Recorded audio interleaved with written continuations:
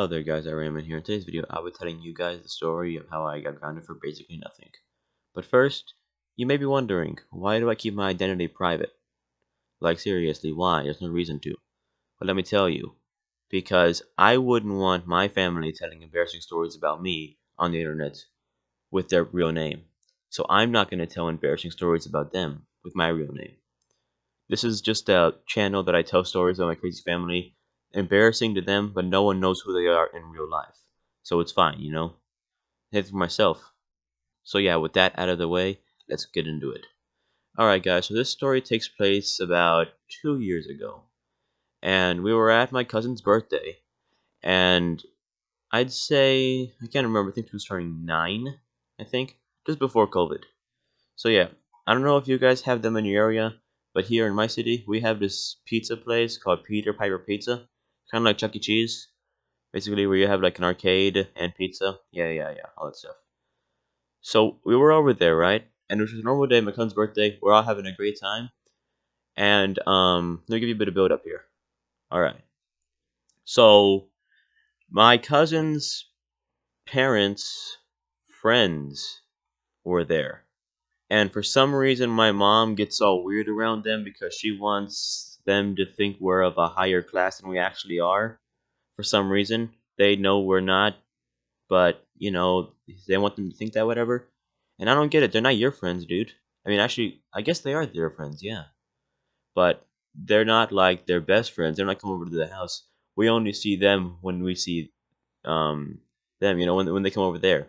So yeah, I guess they are our friends, but they're not like our best friends or whatever. But yeah, so we always have to be at a higher standard around them. This particular day, though, I was having fun, like, you know, losing track of stuff. I didn't have any pockets. I carried my phone in my hand. So we go over there, we eat, and I realize I don't have my phone. So I'm like, oh shit. And I don't want to tell my dad because I already know what he's gonna say. Why'd you lose your phone in the first place? He always does that. Should never have left your pocket. You should have worn pockets. It's not my fault you don't have pockets. That's what he say pretty much. So I'm like, I'm not gonna tell him. I have to tell somebody then. So I tell my mom, which is good. She does not tell my dad. We find it and whatever, and then like basically yeah, we find the phone. It was someone turned it in luckily. So I come over to the table, and then my mom tells I guess my uncle about it. He's not really our uncle. We're friends, but we call him my uncle. He's the one of my cousin. She's not really my cousin, but we call her my cousin because you know we're like friends, or whatever. That kind of thing, you know. So what I want to say is this guy, he doesn't think before he acts, basically. So yeah, he tells my dad, yeah, Iran Man lost his phone. And my dad's like, what? What the fuck is wrong with you? He goes on like a whole spiel about it. And I'm getting more and more pissed. And this is in front of literally everybody. He's yelling at me. And I say, dude, stop. What? I lost it, okay? It's done, whatever. And my mom gets mad at me and takes me outside. Why are you talking with your dad in front of the people? Because I'm defending myself. I'm telling him to stop because, yes, I lost my phone. It was stupid.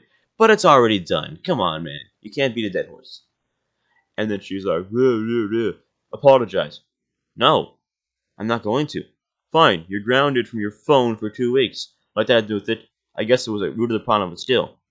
So I'm like, okay, fine, whatever. And 2 weeks go by, and she starts talking. Well, if you don't apologize, I might have to extend your grounding. I'm like, why would I apologize, dude? I was in the right in this situation, man. Come on, dude. He was bitching at me, scolding me for something that already happened. I was already pissed off, so I told him not to, dude. Told him stop, it's already done. It's not like I told him to fuck off or anything. No, I just told him to stop. So, yeah, I had to deal with that for 2 weeks, and I had to deal with her. And to this day, she, for some reason, still thinks, 2 years later, that I was in the wrong. Now tell me in the comments, do you think I was in the wrong or right? There was a bit more that I left out of the story. I can't remember. I have to ask my dad and my mom. But, yeah. And this was all because I said it in front of those people. Which I'm pretty sure they were on my side in. Because, dude, I lost my phone. That was stupid of me. But you can't lecture me for that, man. Yes, you can.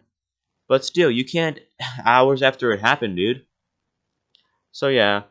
Moral of the story is make sure your mom doesn't tell anybody about it if you lose your phone. And I guess don't defend yourself because for some reason I've always had a problem with people saying that children should be seen and not heard. And like kids don't have rights or whatever. And that you're a baby when you're 12 and under all that shit. Bitch, no you're not. Develop to the point where you can talk. You can say whatever you want. It's not like there's a fucking force field that's stopping you from saying it. People say, oh, children should know their place. We're social adults. Stay out of our kids' business. We'll stay out of your adult business. You guys don't do that. We're not going to do that to you, you know? And besides, whenever I was, 5, I didn't think that I was, any different than I am now.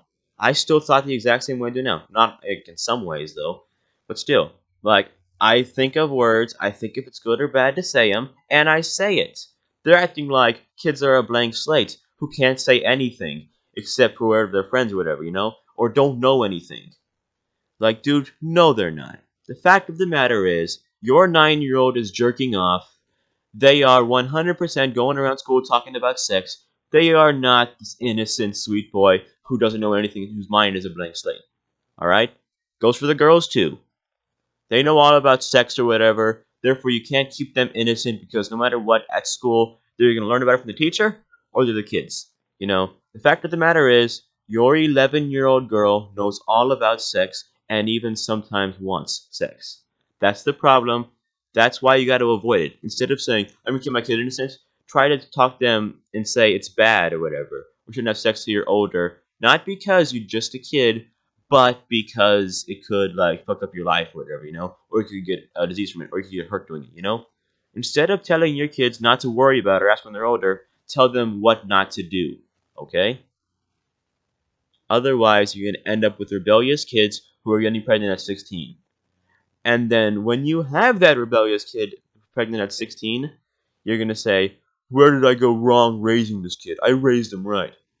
No, you didn't. You raised him wrong. You raised him the way you were raised. It might have worked for you. It didn't work for her or him. You know, that's what I'm going to say about it. I'll make a whole other video talking about this. But so yeah, that was it. Hope you guys enjoyed the story. This has been RA Man. Peace.